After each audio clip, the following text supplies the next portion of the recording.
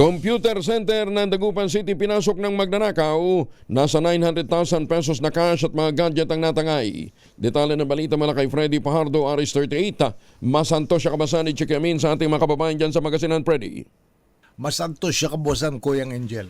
Malalimang investigasyon ngayon ang ginagawa ng Dagupan City Police hinggil sa naganap na panluloob sa isang computer shop sa A.B. Fernandez East, Barangay Pantal sa syudad.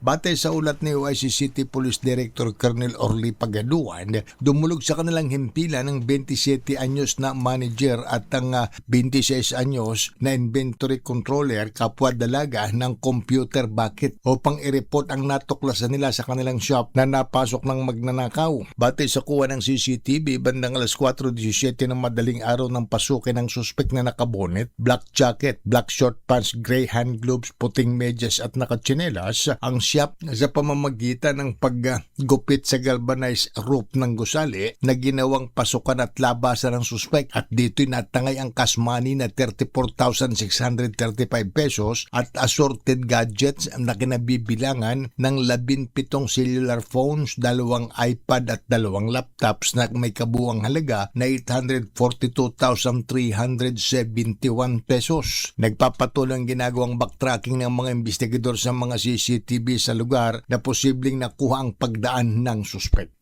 Mula sa Action Radio Pangasinan, ito si Freddy Pajardo, Aris 38, tag-uulat para sa DCR. Una sa Pilipinas, una sa Pilipinas.